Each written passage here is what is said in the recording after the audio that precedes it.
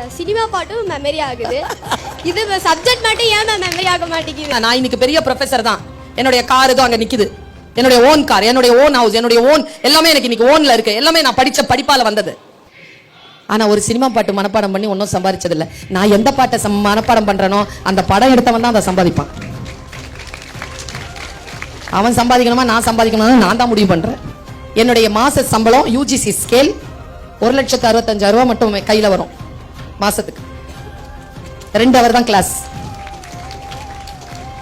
12 CL, 15 ML, 20 EL, private affairs, அப்புறமா semester ஹாலிடேஸ்லாம் பார்த்தோம்னா ரொம்ப குறைஞ்ச நாள் தான் வேலை.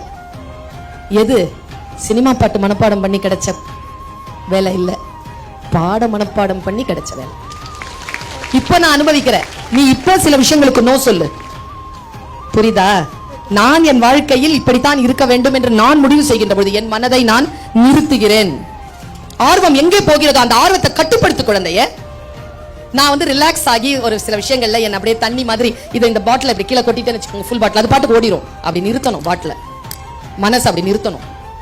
படிக்கும்போது அப்படி நிறுத்தணும். நான் ஒன்னு சொல்றேன், இந்த உலகத்திலேயே ஒரே ஒருத்தர் தான்ப்பா நம்மளை காப்பாற்ற முடியும், அது நாம மட்டும்தான். நான் சொல்றதெல்லாம் கூட கரைஞ்சு போயிடும். உன்னை நீ தான் காப்பாத்திக்கணும்.